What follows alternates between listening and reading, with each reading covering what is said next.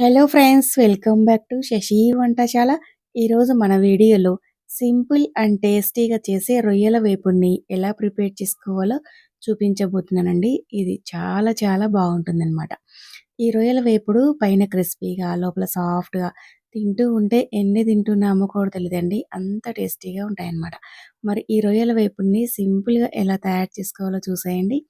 ముందుగా ఒక half KG రొయ్యల్ని తీసుకొని ఇందులో ఉప్పు వేసి ఒక 2, 3 సార్లు శుభ్రంగా కడిగి ఇందులో వాటర్ లేకుండా చూసుకోవాలనమాట.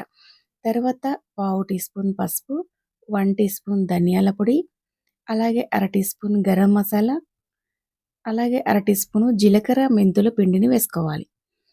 తర్వాత 1 టీ స్పూన్ కారం, రుచికి సరిపడినంత ఉప్పు, 1 టేబుల్ స్పూన్ ఆయిల్‌ని వేసుకోవాలి. అలాగే 1 టీ స్పూను అల్లం వెల్లుల్లి పేస్ట్ కూడా వేసుకొని ఈ మసాలాలన్నీ ఈ రొయ్యలకి బాగా పట్టించాలి. ఇలా రొయ్యలన్నిటికి కూడా మసాలాలు ఈ విధంగా బాగా పట్టించిన తర్వాత ఇందులోకి 3 టేబుల్ స్పూన్స్ కార్న్ ఫ్లోర్‌ని వేసుకోవాలి.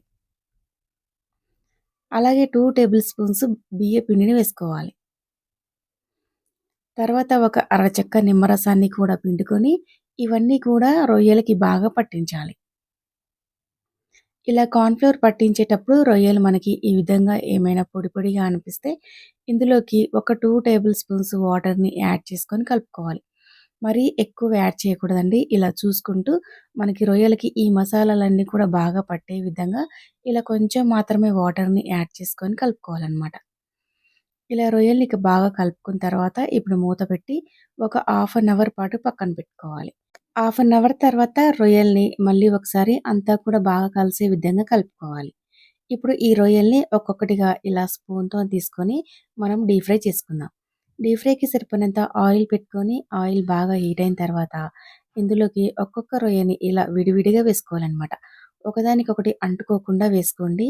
అప్పుడు ఈ రొయ్యలనేవి మనకి క్రిస్పీగా ఫ్రై అవుతాయన్నమాట. ఇలా రొయ్యల్ని ఆయిల్‌లో వేసిన వెంటనే కదిలించకుండా కొద్దిగా లైట్‌గా ఫ్రై అయిపోయిన తర్వాత వీటిని ఇలా రెండో వైపు తిప్పుకొని ఫ్రై చేసుకోవాలి. రొయ్యల్ని రెండు వైపులా కూడా తిప్పుకుంటూ గోల్డెన్ షేడ్ వచ్చేంత వరకు బాగా ఫ్రై చేసుకోవాలి. రొయ్యలు ఈ విధంగా క్రిస్పీగా గోల్డెన్ షేడ్ వచ్చేంత వరకు ఇలా ఫ్రై చేసుకోవాలనమాట. ఇలా ఫ్రై చేసుకున్న రొయ్యలన్నిటిని కూడా ఆయిల్‌లో నుంచి తీసుకోవాలి. ఇలా ఆయిల్‌లో నుంచి రొయ్యలన్నిటిని తీసి ఇందులో మనకి ఎక్స్‌ట్రా ఏమైనా ఆయిల్ ఉంది అనుకుంటే టిష్యూ పేపర్ మీదకి తీసుకోవాలి. ఇప్పుడు ఈ రొయ్యల్ని పక్కన పెట్టేసుకుందాం. తర్వాత మిగిలిన రొయ్యల్ని కూడా ఇలా ఆయిల్‌లో కాస్త విడివిడిగా వేసుకోవాలనమాట. ఇలా రొయ్యలన్నీ విడివిడిగా వేసిన తర్వాత వీటిని లో ఫ్లేమ్‌లో మాత్రమే ఫ్రై చేసుకోవాలనమాట. మనము ఈ రొయ్యల్ని లో ఫ్లేమ్‌లో ఫ్రై చేసుకుంటే లోపల వరకు పచ్చిదనం లేకుండా ఫ్రై అయ్యి ఇలా క్రిస్పీగా గోల్డెన్ షేడ్ వచ్చేంత వరకు ఫ్రై అవుతాయన్నమాట.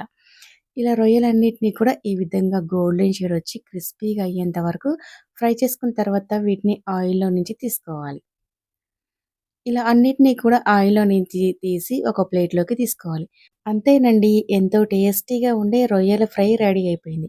పైన క్రిస్పీగా, లోపల సాఫ్ట్‌గా మనము ఈవినింగ్ స్నాక్స్ లాగా వీటిని ప్రిపేర్ చేసుకొని తిన్నామంటే చాలా టేస్టీగా ఉంటాయన్నమాట.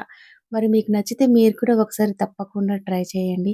మరి ఈ వీడియో నచ్చితే లైక్ చేసి, షేర్ చేసి, సబ్స్క్రైబ్ చేయండి. మరి ఇలాంటి సింపుల్, టేస్టీ, క్విక్ రెసిపీస్ కోసం శశి వంటశాల ఛానల్‌ని సబ్స్క్రైబ్ చేయండి. Thank you.